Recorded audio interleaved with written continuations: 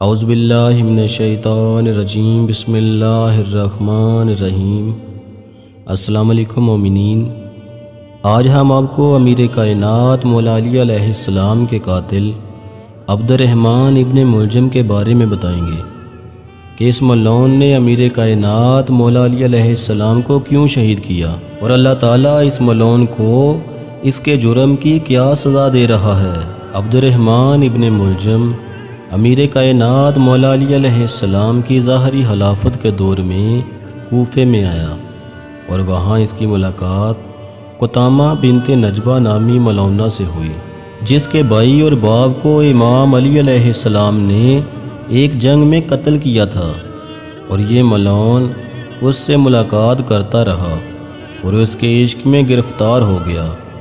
ابن ملجم نے کہا، میں تم سے شادی کرنا چاہتا ہوں، تو اس عورت نے کہا، میرا حق مہر بہت زیادہ ہے۔ ابن ملجم نے کہا، جو تم کہو گی میں وہ کروں گا۔ تو اس ملعونہ عورت نے کہا، مجھے 3000 اشرفیاں اور حضرت علی علیہ السلام کا سر چاہیے۔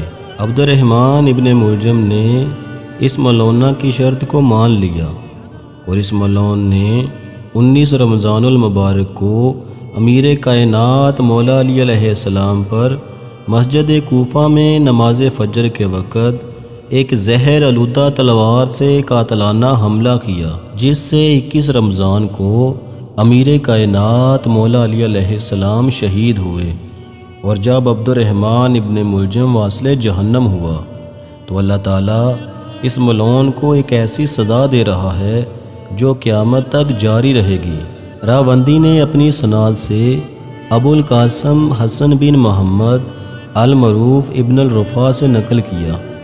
اس نے کہا، میں مسجد الحرام میں گیا تو میں نے مقام ابراہیم کے پاس لوگوں کا ایک بڑا مجمع دیکھا۔ میں نے پوچھا تو لوگوں نے بتایا کہ ایک عیسائی راہب مسلمان ہوا ہے اور وہ زیارت کعبہ کے لیے آیا ہوا ہے۔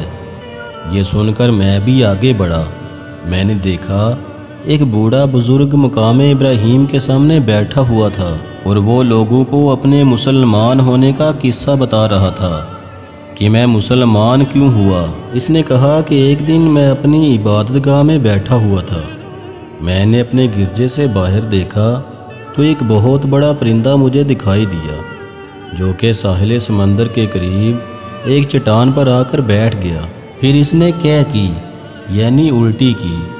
اس کے منہ سے ایک انسان کا چوتھائی حصہ برآمد ہوا، پھر وہ پرندہ اڑ گیا۔ کچھ دیر بعد وہ پرندہ دوبارہ اسی جگہ پر آیا، اور اس نے کیا کی، اس بار بھی ایک انسان کا چوتھائی حصہ اس نے اگلا، پھر وہ پرندہ یہاں سے اڑ گیا۔ اب یہ پرندہ 4 بار اڑا، اور 4 بار وہ پرندہ انسان کا چوتھائی حصہ لے کر آیا اور کیا کی۔ پھر میں نے ایک عجیب منظر دیکھا کہ وہ کٹے ہوئے چاروں حصے ایک دوسرے کے ساتھ مل گئے، اور ایک جیتا جاگتا انسان اٹھ کر کھڑا ہو گیا۔ کچھ دیر بعد وہ پرندہ آیا اور اس شخص پر جھپٹا اور اسے 4 حصوں میں تقسیم کر دیا، اور اسی طرح اس پرندے نے اس شخص کو 4 مرتبہ نگلا اور 4 مرتبہ اسے اگل دیا۔ پھر اس شخص کے جسم کے حصے ایک دوسرے کے ساتھ مل گئے اور وہ کھڑا ہو گیا۔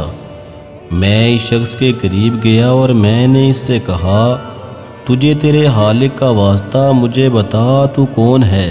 اس نے کہا، میں عبد الرحمن ابن ملجم ہوں۔ میں نے کہا، تو نے کون سا گناہ کیا تھا؟ اس نے کہا، میں نے علی ابن ابی طالب علیہ السلام کو قتل کیا تھا، تو اللہ تعالیٰ نے اس پرندے کو مجھ پر مسلط کر دیا ہے، جو ہر روز مجھے 40 بار قتل کرتا ہے۔ عیسائی نے کہا کہ میں ابھی اس لعین سے باتیں ہی کر رہا تھا کہ وہ پرندہ پھر سے آیا، اور اس نے اس کے جسم کے 4 ٹکڑے کر دیے، اور میں ڈر کے مارے اپنے گرجے میں آ گیا۔ عیسائی کہتا ہے، یہ منظر دیکھنے کے بعد میں نے سوچا کہ جس نبی کا وصی خدا کو اتنا پیارا ہے تو اس کا نبی کتنا پیارا ہوگا۔ چنانچہ یہ سوچ کر میں مسلمان ہو گیا۔ یہ تھا واقعہ عبد الرحمن ابن ملجم کا کہ اللہ تعالیٰ نے اس ملعون پر ایک پرندہ مسلط کر دیا ہے جو قیامت تک اسے 40 بار مارتا رہے گا اور اللہ اسے 40 بار زندہ کرتا رہے گا۔